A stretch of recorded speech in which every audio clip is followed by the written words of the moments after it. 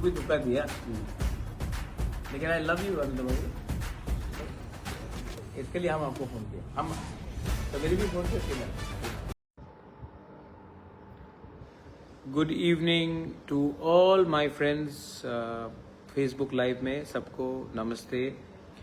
I just wanted to tell you कि कल हमारा गरिया है और मैं सबको गरिया पूजा के टाइम मैं सबको बोलता हूँ कि अपने परिवार में खुशहाली बांटिए, एक दूसरे से मत लड़िए, इलेक्शन खत्म हो चुका है और शांति का वातावरण रखिए।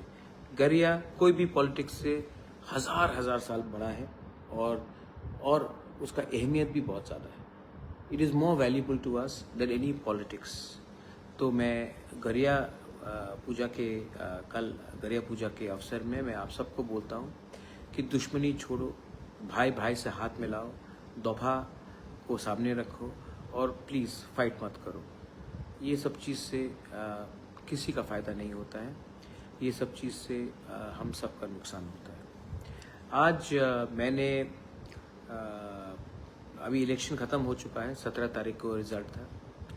इलेक्शन ख़त्म होने के बाद आज मैं अपने कमरे में था तो मैंने एक व्यक्ति को फ़ोन लगाया और प्यार से बोला कि वापस आ जाइए, और उसने फ़ोन उठाया और बोला बुबागरा मैं आऊँगा, और मुझे बहुत अच्छा लगता है।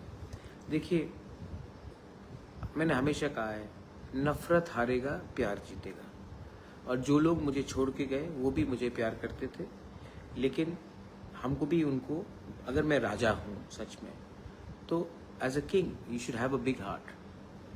तो आज मैंने फ़ोन किया और वो शाम को राजबाड़ी आए और अभी भी मेरे साथ बैठे हैं। एनी गेसेस कौन है वो वापस बीजेपी को छोड़कर मेरे पास आ गए हैं और वो मेरे बगल में बैठे हैं। कोई गेस करना चाहता कौन है? नमस्ते बोल दो अनंत बाबू। अनंत देवर्मा आए मेरे पास, मुझे सॉरी बोला। उनका उम्र है, मैंने कहा सॉरी बोलने का दरकार नहीं है, गलती सबसे होता है। इनको किसने खेला मुझे मालूम है, किसने पैसा ऑफर किया और किसने धोखा दिया मैं जानता हूँ, लेकिन है तो अपना तीपरा सा। तो मैंने सब चीज़ को मत रोइए, डोंट बी इमोशनल, दुखी हो रहा है।